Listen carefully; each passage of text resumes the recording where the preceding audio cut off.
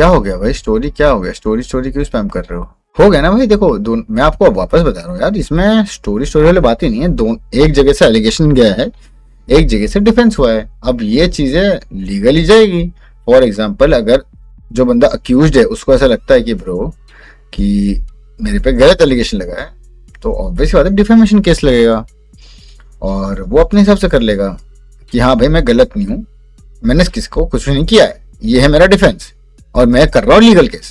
Simple. अगर इस जगह सही है तो ऑटोमेटिकली हाँ भाई तुम गलत हो, तुमने किया इसका, खत्म बात। Very simple bro, very simple. I am super confident कि हमारा जो चीज है वो चीज ऑन पॉइंट है। और रही बात दूसरी कि ब्रदर ये चीजें वेरी वेरी सिंपल है ब्रो।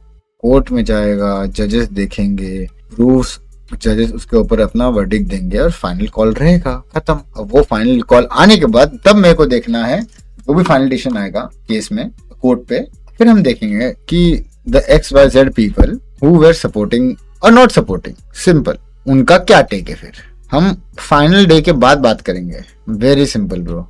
और पब्लिक करने का भी रीजन वेरी सिंपल है भाई।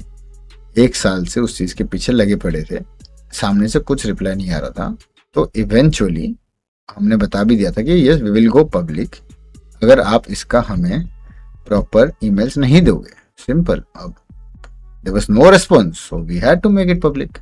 और ये पब्लिक खुद कोई ड्रामा वामा करने के लिए, ये लीगल वे के थ्रू परमिशन लेके पब्लिक किया है, लीगल नॉर्म्स के साथ किया गया है। केस फास्ट ट्रैक है bro, everything is on point.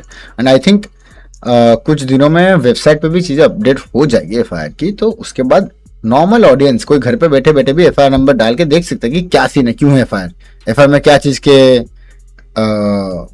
डाले गए हैं, कि किस चीज के लिए FIR हुई है, सब चीजें। मेरे को ट्रैक करना is the most stupid thing they can do to divert something, क्योंकि देयर इज, हाँ मेरे को ट्रैक तब हो सकता है जब मेरा केस हो। और पहली बात bro, people are talking about fucking fame bro. First thing, I don't need fame, I have everything what I want. दूसरी चीज, पैसा वो भी है मेरे पास, मैं खुशी खुशी मेहनत के कमा लेता हूँ। Kashvi, she has everything.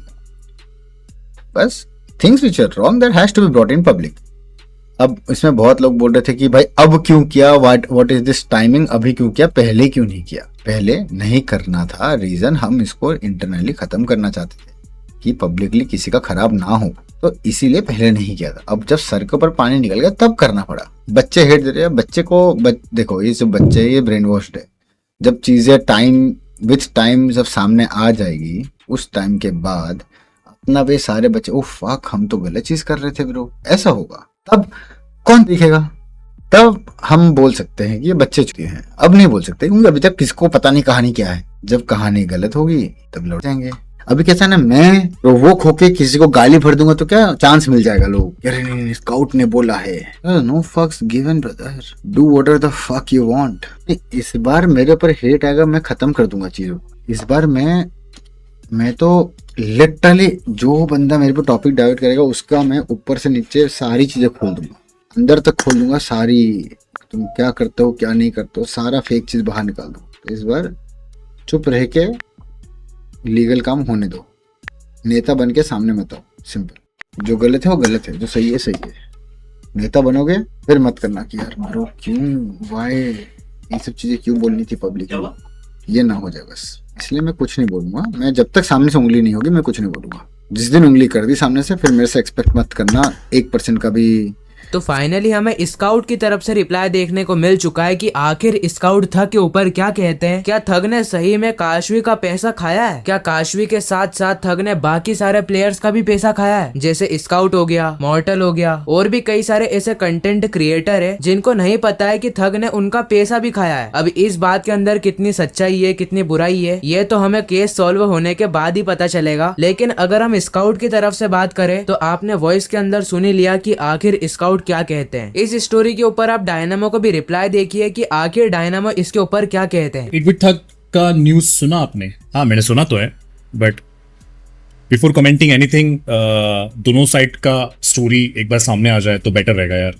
बाकी जो सही है उसके साथ सही हो, जो गलत है उसके साथ गलत हो, मतलब सॉरी गलत तो मतलब उसके साथ भी जस्टिस हो, काइंड ऑफ जो वो सर्व करता है। तो जैसा कि आपने वीडियो में देखा कि डायनामो ने भी यही कहा है कि हमें एक साइड से स्टोरी को नहीं देखना चाहिए। हो सकता है कि काशवी उसकी जगह सही हो सकता है कि थक भाई उनकी जगह सही हो, क्योंकि ब्रांड डील्स के अंदर पैसा खाना यह तो आम बात है ना। और थक भाई हमारे कितने खतरनाक इंसान है जो कि पैसा खा के बैठे हुए हैं। खैर अगर आपको भी लगता है कि थक स्कैमर है, थक ने काशवी के साथ स्कैम करा है, तो कमेंट सेक्शन के अंदर थक को इतनी गालियां देना काशवी को उसका इंसाफ मिले। इसके ऊपर हमें नियो का भी एक रिप्लाई देखने को मिलता है, जहाँ पर नियो भी यही कहते हैं कि थक भाई एक बहुत बड़े स्कैमर है। मैंने देखा है कि जाके बहुत लोग बोल रहे व्यूज ये वो। भाई आप लॉजिकली ये चीज सोचो कि आपके पापा ने किसी को उधारी दे रखा है, चलो उधारी भी नहीं, आपके पापा ऑफिस जाते हैं, वो काम करते हैं और उनको 5-6 महीने का सैलरी नहीं मिला। 5-6 महीने तो मैंने बहुत ज्यादा बोल दिया, आपको 1 महीने का सैलरी नहीं मिला, आपको अच्छा लगेगा या आपके डैड को अच्छा लगेगा? नहीं यार, अपने हक का अपने मेहनत का तो पैसा कोई नहीं छोड़ना चाहता। और रही बात डिसअपॉइंटेड और रही बात क्या स्टोरी है क्या नहीं है, टू बी ऑनेस्ट अगर काशवी ने इतना बड़ा डिसीजन लिया है टू फाइल एन FIR तो ऐसे तो नहीं होगा यार, कोई रीजन होगा ना, वरना इतना कोई नहीं करता। बाकी तो आप समझदार हो ही, आप समझ जाओ, क्योंकि अगर मतलब आप समझ रहे हो कि कितना पैसा लगता है एक केस कर, आप एक नॉर्मल किसी पे केस करोगे ना और अच्छा खासा वो लड़ रहे हो तो भी आपके 1-1.5 लाख रुपए जाने ही है। अगर आप मतलब नॉर्मल सा केस कर रहे हो और तो भी थोड़ा भी लड़ रहे हो ना केस को 1-1.5 लाख जानी है। और अगर कोई केस अगर बहुत टाइम चल गया कि 5-6 महीना खिंच गया है, 6-7 महीने, तो फिर तुम्हारा टाइम भी जा रहा है क्योंकि तुम्हें हर दिन तुम्हें पुलिस स्टेशन जाना है और तुम्हारे पैसे भी जा रहे हैं बहुत सारे, लॉयर हायर करो, ये करो वो करो। तो इतना अगर कोई एक्सट्रीम मेजर्स ले रहा है तो देयर इज अ रीजन उसके पीछे। और मैं लेजेंड बता रहा हूँ कि जब मुझे ये बात पता चली थी तो वो दिन हमारा एक शूट था, काशू को बीच शूट में से जाना पड़ा वापस एक केस के लिए, उसको बुलाया था बीच शूट में से उसको जाना पड़ा। मतलब दिन में कितने बार तो भी इतना कौन क्यों ही करेगा बताओ। At the end of the day वो लड़ रही है अपने जो भी है अपने हक के लिए, हक के पैसे भाई। चलो अगर एक टाइम को 1-2 लाख रुपए तो चलो कोई याद भी नहीं रखता, वो तो बहुत कॉमन चीज़ है। आपको बता रहा हूँ वो तो बहुत कॉमन चीज़ है कि 1-2 लाख तो हर कोई कंटेंट क्रिएटर का या हर कोई स्पोर्ट्स प्लेयर का कोई ना कोई और में रह ही गया है चैट, ठीक है। 1-2 लाख तो हर किसी का रह ही गया कि चलो 1-2 लाख मांग भी नहीं रहे। बट अगर बात करोड़ों की है, करोड़ों तो मैंने बहुत दूर का बोल दिया, अगर बात 15-20 लाख की भी है तो कोई नहीं छोड़ता ना, आप ही बताओ कोई छोड़ेगा हक का पैसा? नहीं, 1-2 लाख।